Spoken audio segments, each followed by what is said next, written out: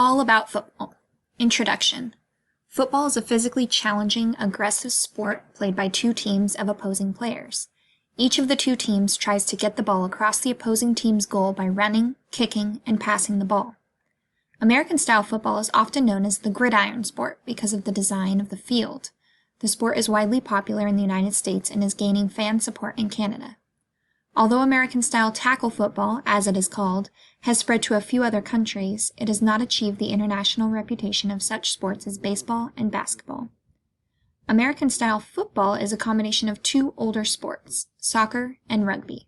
Soccer, still called football in England, and rugby, which developed from soccer, are both more popular in Europe and other countries than in the United States.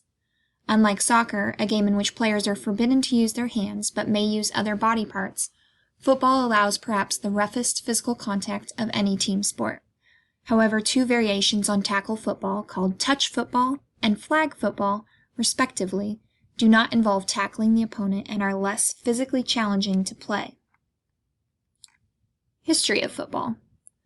Football first became popular in the United States in the 1820s when it was widely played in colleges and universities. Many colleges, including Yale, Harvard, and Cornell, played an early version of football which incorporated many features of rugby.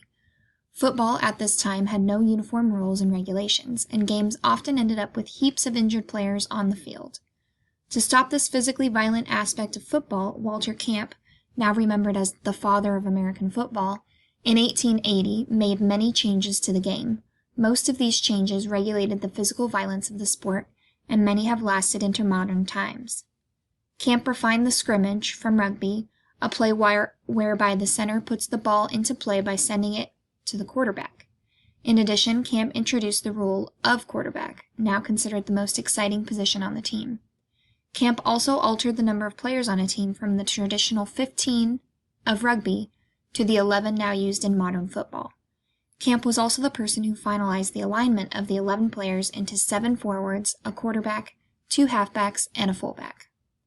Between 1882 and 1888, Camp made 3 more significant changes in the game. First, a system of downs and yardage to be gained was finalized. According to the new Mise, a team has to surrender the ball if it fails to gain 5 yards, later increased to 10 yards, in 3 downs, later raised to 4. This was the rule that made it necessary to mark the field with horizontal lines 5 yards apart, thus giving the field its traditional gridiron appearance. Another rule Camp introduced was regulations for scoring, specifically giving points to different scoring methods. For example, tackling a ball carrier behind his own goal line was worth 1 point. Many of Camp's changes in this area still apply today. Finally, Camp changed the tackling rule to its present status. In early football, tackling was permitted only from the waist up. Camp changed the rule to permit tackling as low as the knee area. Linemen, however, were required to keep their hands at their sides and were not allowed to block with their arms as they previously had done. Football has grown steadily in popularity in the United States and Canada, largely because of television. Thanks to television coverage of the sport, football has grown into a major industry in North America. Television, in fact, dictates much about how the game is now played. For example, halftime, timeouts, and even the overall length of the game have been extended to allow for TV commercials. As a result, games on television can last up to 3 hours. Television has also made superstars out of many players, giving them a chance for new careers in the media. Many football players have retired from the game only to reappear on television as actors and sports commentators. How the game is played. The football field is traditionally 100 yards long from one goal line to the other and 160 feet wide. The end zone extends 10 yards past each goal line. In professional football, the goalposts are 10 yards behind the goal lines. The width between the posts is 18 feet 6 inches. A coin toss determines which team has the choice of receiving the ball or starting the game with a kickoff. A kickoff occurs when the football is kicked while it is placed on a tee and sent to the opposing team. The kickoff traditionally occurs on the kicking team's 35-yard line. The receiving team is situated 10 yards from the kickoff line. Once the ball has been kicked off, the team with the ball tries to advance down the field in order to score points. When a player carries the ball into the end zone or catches a forward pass in the end zone, he or she scores 6 points for a touchdown. Meanwhile, the defensive team tries to get into a scoring position either by intercepting a pass or by picking up a fumbled ball. The team that scores a touchdown can get an extra point by kicking the ball over the crossbar of the goalpost in a move known as a conversion. By running instead of kicking the conversion, 2 additional points can be earned. In order to make a first down, the offensive team has 4 downs or plays in which to advance the ball at least 10 yards. Each time that a player makes a first down, that team gets another series of 4 downs in which it can gain at least 10 more yards.